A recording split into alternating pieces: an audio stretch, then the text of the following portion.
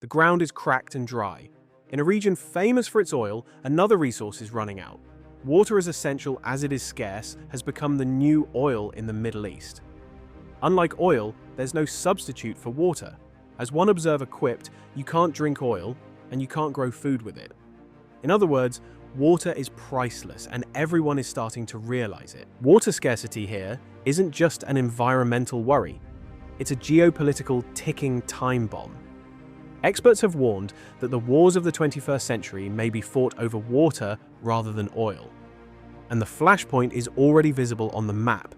Just look at the Tigris and Euphrates, two rivers now at the heart of a regional power struggle. These twin rivers snake from the mountains of Turkey through Syria and into Iraq, forming the legendary Fertile Crescent.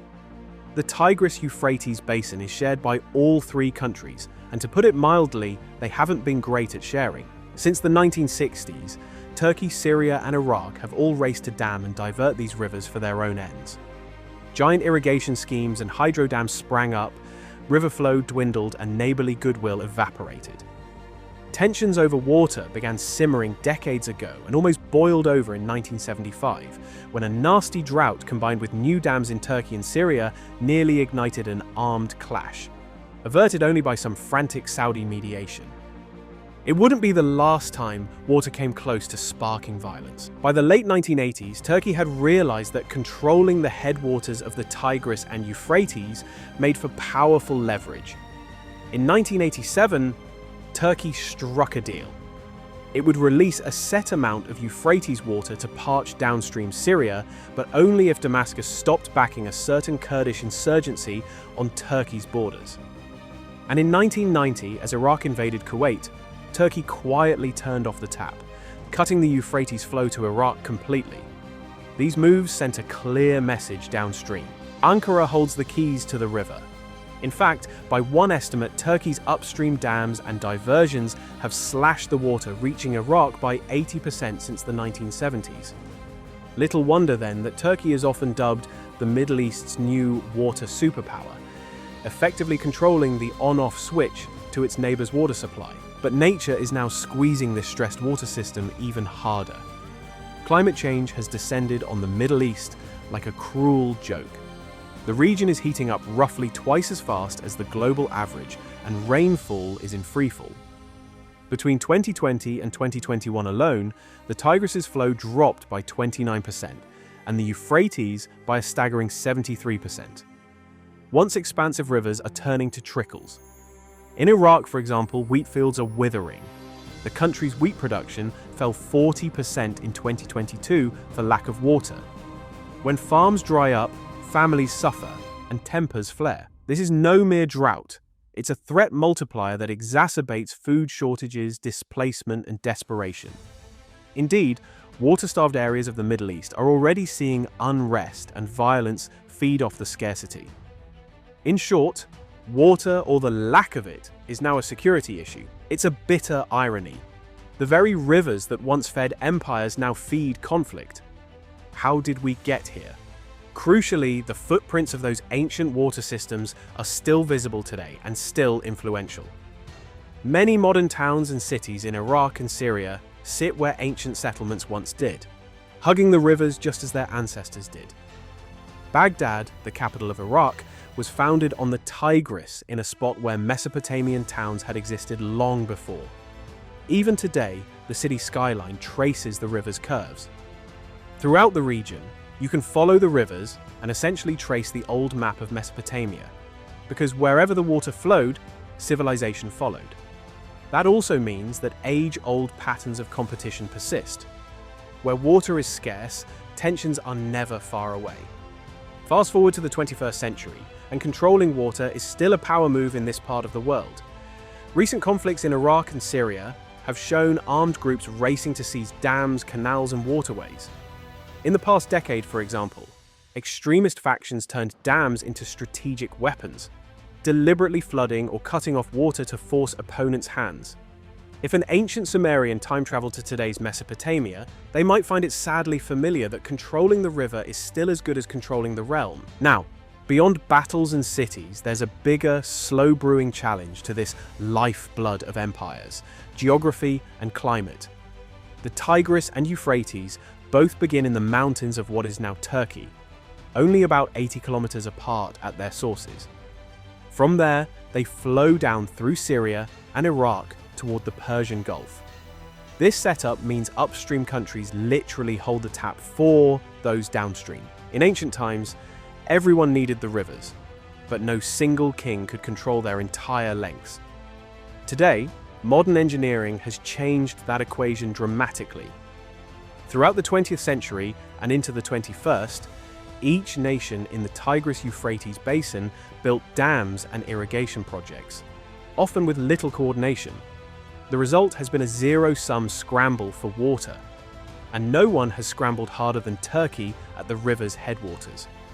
Turkey's various dams and diversions have reduced Iraq's water flow by an estimated 80% since the 1970s. To put that in perspective, the once mighty Euphrates that watered the Fertile Crescent is now a shadow of its former self by the time it reaches Iraq. Farmers in southern Iraq watch their fields turn to dust as more water gets held upstream. The famed Mesopotamian marshes, thought by some to be the inspiration for the biblical Garden of Eden, have been drying up again, partly due to reduced flow. Layered on top of these human-controlled changes is the wrath of climate change. The Middle East is heating up about twice as fast as the global average, and that spells trouble for its rivers. Higher temperatures mean more evaporation and worse droughts. In fact, 2020 to 2021 brought one of the driest seasons in decades. The Tigris's flow in Iraq dropped by nearly 30%, and the Euphrates by a shocking 73% compared to normal levels. You can imagine the impact. Crops withering, hydroelectric dams faltering, and communities left scrambling for water. By the end of this century, scientists project the Euphrates' flow could shrink by about 30%, and the Tigris by 60% if current trends continue. This is a nightmare scenario for countries like Iraq and Syria, where water was already a vulnerable resource. Dwindling water can fuel unrest just as surely as an invading army. Case in point, a severe multi-year drought in the late 2000s devastated farms in Syria, uprooting families and pushing rural migrants into cities, one of the factors that ignited Syria's civil war in 2011. Likewise, Iraqi officials have warned that at this rate the Euphrates could run dry in Iraq by 2040. It's almost unthinkable. The great river that nourished humanity's first empires might disappear in our lifetime. Water scarcity is no longer a distant worry. It's here, and it's destabilizing an already fragile region. All these threads, ancient rivalries over canals, modern dams and power plays, and a changing climate weave into a stark reality. The Tigris-Euphrates basin remains as pivotal and precarious as ever. The geography that gave birth to civilization now threatens to undermine it, as upstream control and global warming create a volatile mix. It's as if the old script is being rewritten. For millennia, these rivers flowed freely, if fitfully, with the local rulers adjusting and squabbling along the banks. Now, a modern nation can stand at the river's source and literally turn the dial on an entire region's water supply. That is a profound shift and a source of new tensions. In Iran, the water crisis is no longer a distant warning. It's very much here. Lake Urmia, once the largest lake in the Middle East, has all but vanished, reduced to a cracked salt plain that kicks up dust storms. What was once an inland sea has become a silent, arid reminder of environmental collapse. Now run dry for months at a time. Take the Zayand-e-Rud, literally the life-giving river of Isfahan, which has spent more time in spirit than in flow. Pezeshkian, Iran's president, put it bluntly, "We have problems with water. There won't be any water left in the reservoirs by September or October." His warning wasn't hyperbole. Dam levels around Tehran are between 30% and 58% lower than last year's already low baseline. Authorities even declared a public holiday in July, urging citizens to slash water use by at least 20%. The capital itself could soon be uninhabitable in summer heat. With domestic water drying up, attention is shifting beyond Iran's borders. Shared rivers with Iraq are looking more like bilateral bargaining chips. Tehran, running on dry rivers at home, may increasingly lean on its influence in Iraq to secure water access, effectively politicizing geography itself. Then there's the political theater. Israeli Prime Minister Benjamin Netanyahu and his so-called water diplomacy have added fuel to the fire. In a video message aimed at Iranians, he promised that Israel will help solve Iran's water crisis once Iran is free from its current regime. Pezeshkian responded swiftly on social media. A regime that deprives people of Gaza of water and food says it will bring water to Iran. A mirage, nothing more. It's a striking clash. A nation literally running out of water. A foreign leader offering tech and say-so, and a president calling his words a hollow mirage. All the while, behind the banter, water is running out fast. From Ankara's perspective, these dams are a lifeline for regional development and energy. Turkey denies using water as a weapon, but its actions tell a more strategic story. No binding water-sharing treaties constrain Turkey, so it can unilaterally decide how much flow reaches the border. In practice, water often becomes a bargaining chip in regional diplomacy. For instance, during political disputes, Turkey has been accused of restricting river flow to pressure its neighbors, then releasing water when it suits negotiations.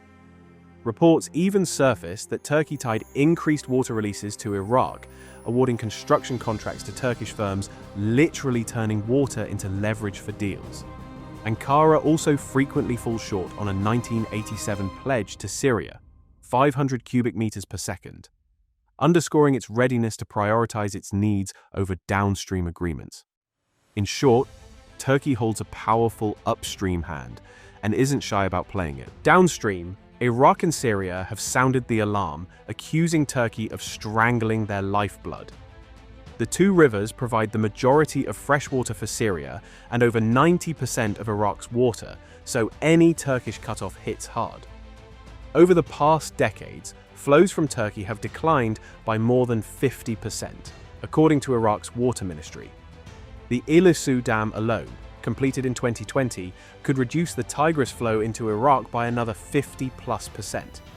The impacts are stark. Farms in Iraq's fertile plain are withering, and even the famed Mesopotamian marshes are drying up. In Syria, reduced Euphrates water has crippled hydroelectric dams and irrigation in the northeast. It's no surprise that officials in Baghdad and Damascus are livid. They contend that Turkey is essentially stealing their water in 2023. Syria's President Assad went so far as to denounce the upstream dam policies as theft of Syria and Iraq's share. Iraqi leaders have likewise blasted Ankara for worsening their water crisis, even as climate change and local mismanagement compound the pain. To both countries, Turkey's control of the flow feels like a tight leash on their economies and lives. So, is Turkey truly wielding a water weapon?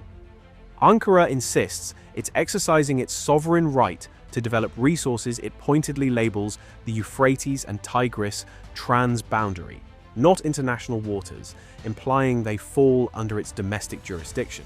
And indeed, Turkey has at times cooperated, temporarily boosting flow during drought or delaying dam filling at Iraq's request. But the overall pattern shows that water gives Turkey strategic leverage. It can drive hard bargains knowing Iraq and Syria depend on its goodwill for each precious drop. This tactic isn't unique to Turkey from the Nile to the Indus. Upstream nations around the world leverage rivers for political gain. Yet the Tigris-Euphrates case is especially charged because so much is at stake and formal water-sharing rules are absent.